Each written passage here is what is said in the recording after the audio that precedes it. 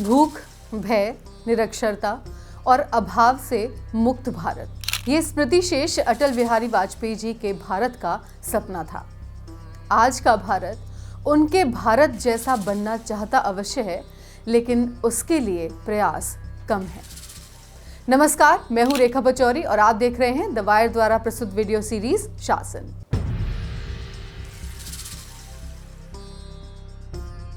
ईशोपनिषद में एक श्लोक है जिसे वास्तविक रूप में सनातन धर्म का पालन करने वाले हर व्यक्ति ने अवश्य पढ़ा होगा।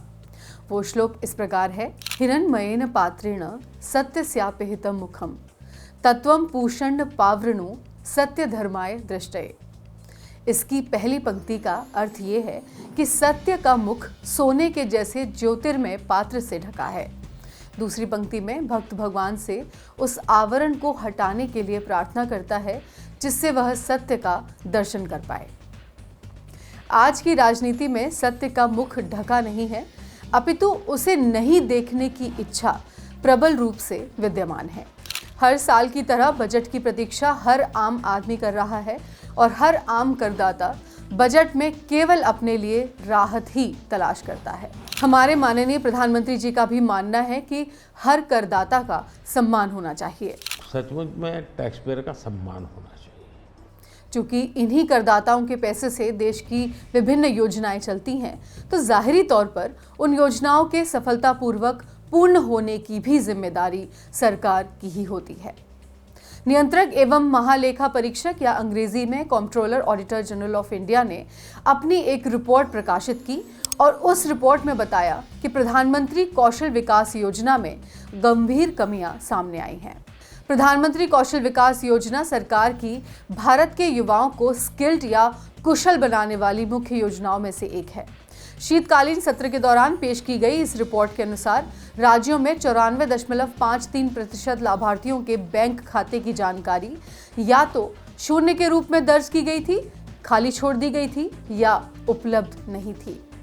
इसमें लाभार्थियों के रिकॉर्ड में बैंक अकाउंट नंबर संख्या में 111111 दिखाए गए हैं, जो हजारों उम्मीदवारों के लिए एक जैसे हैं या उन्हें खाली और गलत एंट्री से बदल दिया गया है। साथ ही उनकी तस्वीरें भी एक जैसी हैं। योजना के अंतर्गत केवल 41% को रोजगार या प्लेसमेंट मिला है और करीब 277.40 करोड़ रुपए का इस्तेमाल ही नहीं हुआ है। कौशल विकास और उद्यमिता मंत्रालय की यह प्रमुख योजना जुलाई 2015 में प्रारंभ की गई थी। 2015 से 2022 के बीच इस योजना के 3 चरणों में 4,450 करोड़ रुपए के बजट में 1.32 करोड़ उम्मीदवारों को कौशल सीखने और उन्हें इसका प्रमाण यानी कि सर्टिफिकेट देने का लक्ष्य रखा गया था।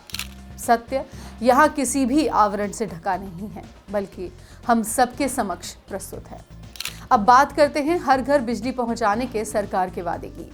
दीनदयाल उपाध्याय ग्राम ज्योति योजना और प्रधानमंत्री सहज बिजली हर घर योजना में 100% विद्युतीकरण का दावा किया गया था। कैग की ही रिपोर्ट के ऑडिट में सरकार के 100% ग्रामीण विद्युतीकरण के दावे में बड़ी कमियां पाई गई हैं।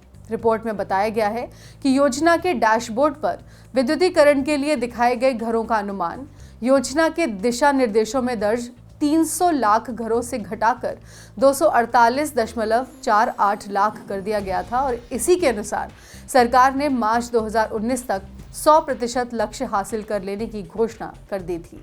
मध्य प्रदेश के इंदौर में हाल ही में बेहद अफसोसजनक घटना हुई। दूषित पानी के पीने की वजह से कई असमय मौत हुई, जिनमें नवजात तक शामिल हैं। अभी तक करीब 400 लोगों को अस्पताल में भर्ती करना पड़ा है। हम सभी का दुर्भाग्य ये है कि कैग यानी कि कंट्रोलर जनरल ऑफ इंडिया ने अपनी रिपोर्ट के जरिए हमें पहले ही चेताया था और हमने सरकारी जिम्मेदारी को राजनीतिक लाभ के लिए आवरण में रहने दिया। द वायर के माध्यम से श्रावस्ती दास गुप्ता की एक रिपोर्ट है जिसमें उन्होंने बताया है कि 2019 की एक कैग रिपोर्ट में कहा गया था कि 8.95 लाख लोगों को दूषित पानी सप्लाई किया गया, जबकि इस दौरान अधिकारियों ने पानी से होने वाली बीमारियों के 5.45 लाख मामले रिपोर्ट किए थे। 2022 की एक और कैग रिपोर्ट में शहरी स्थानीय निकायों द्वारा पानी की टेस्टिंग में कमी पर जोर दिया गया और कहा गया कि आबादी के स्वास्थ्य पर बुरे असर को नज़रअंदाज नहीं किया जा सकता और ये भी पाया गया कि डिस्ट्रीब्यूशन पाइपलाइनों की फ्लशिंग या सफाई के लिए कोई अलग प्रोग्राम तैयार नहीं किया गया था। इसी श्रृंखला में आगे एक और रिपोर्ट पर नजर डालते हैं। विकिरण एवं आइसोटोप प्रौद्योगिकी बोर्ड परमाणु ऊर्जा विभाग की एक घटक इकाई है जो स्वास्थ्य सेवा, कृषि, अनुसंधान और उद्योग में अनुप्रयोगों के लिए विकिरण एवं आइसोटोप पर आधारित उत्पाद और सेवाएं प्रदान करती है। कैग की एक और रिपोर्ट कहती है कि परमाणु ऊर्जा विभाग की इस इकाई पर इसके उत्पादों के लिए उपभोक्ताओं के ना मिलने के कारण सितंबर 2024 तक लगभग 152 करोड़ रुपए का बकाया हो चुका है और साथ ही इसने कर संबंधित नियमों का भी समय पर पालन नहीं किया, जिससे लगभग 62 करोड़ रुपए की कर की देनदारी हो गई है। हाल की इन रिपोर्ट द्वारा ये प्रदर्शित है कि करदाताओं को जिस प्रकार बजट के आने पर राहत का इंतजार रहता है, उसी प्रकार दिए हुए कर का प्रयोग सही तरह से हो रहा है या नहीं, इस पर प्रश्न उठाना भी आवश्यक है। देश के धर्म प्रधान हो जाने के स्वप्न के आवरण में करदाताओं के कर से चलने वाले शासन में उसके प्रयोग पर यह हाल ही का वीडियो देखिए।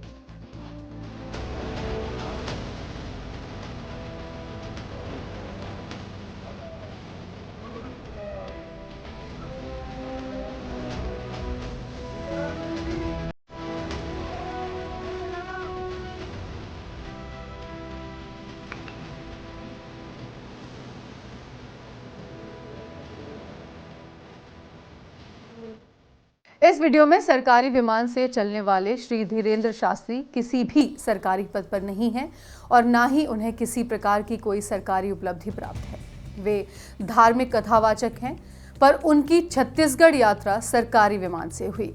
सरकारी रुपए के व्यक्तिगत प्रयोग पर धर्म की राजनीति प्रश्न नहीं उठाने देती है, परंतु कर्म प्रधान आम जनता जो हर साल बिना देरी के समय से अपना कर भुगतान करती है, उसका प्रश्न उठाना जायज है और उन्हें उनका उत्तर मिलना भी अधिकार है। मंगलेश डबराल जी ने कविता लिखी थी, ऐसा समय, जिन्हें दिखता नहीं उन्हें कोई रास्ता नहीं सूझता। जो लंगड़े हैं वे कहीं नहीं पहुंच पाते, जो बहरे हैं वे जीवन की आहट नहीं सुन पाते, बेघर कोई घर नहीं बनाते, जो पागल हैं वे जान नहीं पाते कि उन्हें क्या चाहिए। यह एक ऐसा समय है जब कोई हो जा सकता है अंधा, लंगड़ा, बहरा, बेघर, पागल। आपसे फिर मुलाकात होगी यहीं द वायर पर। नमस्कार। द वायर के और वीडियोस देखने के लिए सब्सक्राइब करें और बेल आइकन पर क्लिक करें। स्वतंत्र पत्रकारिता की आर्थिक मदद करने के लिए डिस्क्रिप्शन में दिए गए लिंक पर जाएं और अपनी राशि चुनें।